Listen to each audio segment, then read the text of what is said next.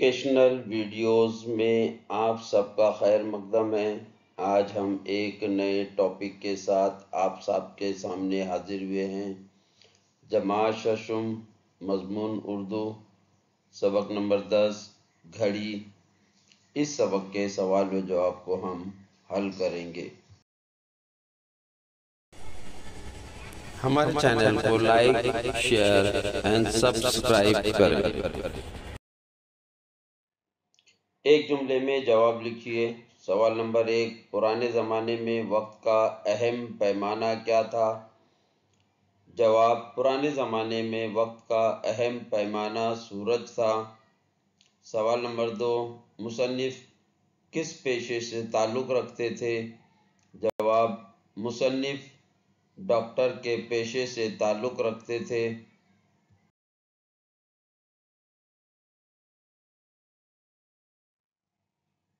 سوال نمبر 3، دھوپ گھڑی کب بیکار ہو جاتی تھی؟ جواب، دھوپ گھڑی رات میں بیکار ہو جاتی تھی۔ سوال نمبر 4، قدیم یونان اور روم میں کون سی گھڑی بہت مقبول تھی؟ جواب، قدیم یونان اور روم میں آبی گھڑی بہت مقبول تھی۔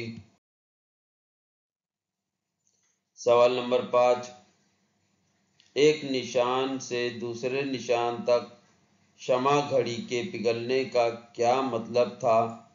جواب، ایک نشان سے دوسرے نشان تک شمع کے پگھلنے کا مطلب تھا کہ 1 گھنٹہ گزر گیا۔ سوال نمبر 6، ریت گھڑی کو کب الٹا کرتے تھے؟ جواب، جب گھنٹہ پورا ہو جاتا، اوپر کی تمام ریت نیچے پہنچ جاتی تو ریت گھڑی کو الٹا کر دیتے تھے۔ سوال نمبر 7، ریت گھڑی کا رواج کب کم ہوا؟ جواب، ریت گھڑی کا رواج اس وقت کم ہوا جب کل پرزوں کی بنی ہوئی گھڑیاں عام ہو گئیں۔ سوال نمبر 8، خلیفہ ہارون رشید نے خوبصورت گھڑی کس کو بھیجی تھی؟ جواب، خلیفہ ہارون رشید نے فرانس کے بادشاہ شارلمین کو تحفے میں بہت خوبصورت گھڑی بھیجی تھی۔ سوال نمبر 9، یورپ میں کل پرزوں کی گھڑی کب نمودار ہوئی؟ جواب، یورپ میں کل پرزوں کی گھڑی 12ویں صدی میں نمودار ہوئی۔ سوال نمبر 10، لوہاروں کی بنائی ہوئی گھڑیاں کیسی تھیں؟ جواب، لوہاروں کی بنائی ہوئی گھڑیاں بڑی اور بھاری تھیں اور پہیوں کے گرد گھومنے والے وزن سے چلتی تھیں۔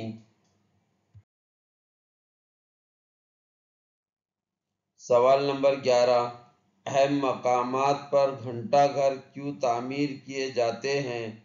جواب، عوام کی سہولت کے لیے اہم مقامات پر گھنٹہ گھر تعمیر کیے جاتے ہیں۔ مختصر جواب لکھیے۔ سوال نمبر 1، لوگ اب بھی دور دور سے آ کر ان گھنٹہ گھروں کو کیوں دیکھتے ہیں؟ جواب، بعض شہروں میں جو گھنٹہ گھر بنائے گئے تھے وہ فن تعمیر اور ماہرانہ کاریگری کا اعلیٰ نمونہ تھے۔ ہر گھنٹے پر سپاہیوں کی قطار یا تاریخی ہستیوں کی شبیہ نکل کر بتاتی کہ گھنٹہ پورا ہو گیا ہے۔ اب بھی لوگ دور دور سے ان گھنٹہ گھروں کو دیکھنے آتے ہیں تاکہ گزرے ہوئے آثار دیکھ سکیں۔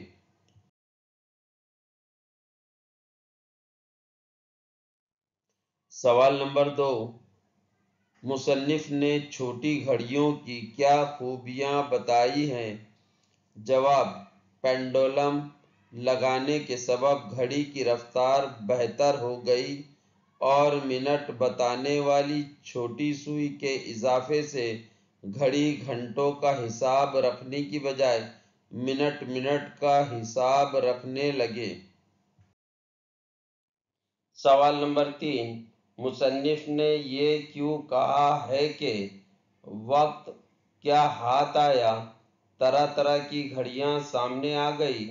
جواب، صنعتی ترقی کی وجہ سے گھڑیاں جیبوں سے نکل کر کلائی پر آ گئی تو ایسا محسوس ہوا کہ وقت ہاتھوں میں آ گیا ہے۔ اس کے بعد ہی کئی طرح کی گھڑیاں وجود میں آئی، جیسے بغیر چابی کے چلنے والی، اندھیرے میں چمکنے والی، پانی سے خراب نہ ہونے والی اور چوٹ سہار جانے والی گھڑیاں۔ اس لیے مصنف نے کہا ہے کہ وقت کیا ہاتھ آیا، طرح طرح کی گھڑیاں سامنے آ گئیں۔ سوال نمبر 4، آج کل کون کون سی گھڑیاں بازار میں دستیاب ہیں؟ جواب، آج کل بازار میں طرح طرح کی گھڑیاں دستیاب ہیں، بغیر چابی کے چلنے والی، اندھیرے میں چمکنے والی، پانی سے خراب نہ ہونے والی اور چوٹ سہار جانے والی گھڑیاں اب عام ہے۔ ترتیب دیجیے۔ سبق کے درج ذیل الفاظ کی مدد سے صحیح جملے بنائیے۔ سوال نمبر 1، تھا سورج تو پیمانہ سے بڑا، وقت کا سب۔ اس کا صحیح جملہ یہ ہے، درست جملہ، وقت کا سب سے بڑا پیمانہ تو سورج تھا۔ سوال نمبر 2، ہوا رواج کا گھڑی بعد شمع اس کے۔ ہوا رواج کا گھڑی بعد شمع اس کے، درست جملہ یہ ہے، اس کے بعد شمع گھڑی کا رواج ہوا۔ سوال نمبر 3، ہاتھ وقت کیا طرح کی طرح آیا سامنے گھڑیاں آ گئیں۔ اس کا درست جملہ، وقت کیا ہاتھ آیا، طرح طرح کی گھڑیاں سامنے آ گئی۔